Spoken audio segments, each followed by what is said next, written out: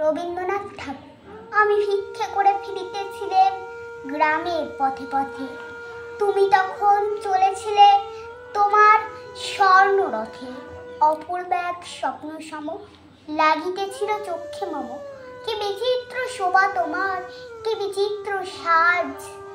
আমি মনে মনে ভাবতেছিলাম, এ কোন মহারাজ। আজি শুভক্ষণে রাত পোহালো, ভেবেছিলাম তবে আজ আমারে দাঁড়ে দাঁড়ে ফিরিতে নাহি হবে। বাহির হতে নাহি হতে কাহার দেখা পেরেন পথে, চলিতে রাত ধনধান্য ছড়াবে দুই ধারে। উঠা উঠা কুড়িয়ে নেব ভারে ভারে। দেখি সহসা থেমে গেল আমার কাছে এসে।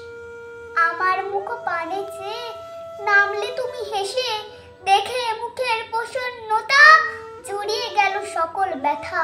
হেন কালে কিসের লাগি তুমি অবসাদ, আমায় কিছু দাও গো বলে বাড়িয়ে দিলে হাত। মরি এ কি কথা রাজা থেরাজ, আমায় দাও গো কিছু। হেন কালের তরে রইল মাথা নিচু। তোমার কি বা অভাব আছে ভিখারি ভিক্ষুকের কাছে, এ কেবল কৌতুকের বসে আমায় প্রবঞ্চনা।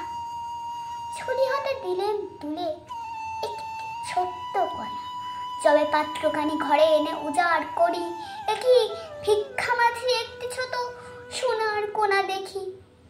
দিলেম যারা আজ ভিখারি রে, স্বর্ণ হয়ে এলো ফিরে। তখন কাঁদি চোখের জলে দুটি নয়ন ভরে। তোমায় কেন দিই আমার সকল শূন্য করে। নমস্কার।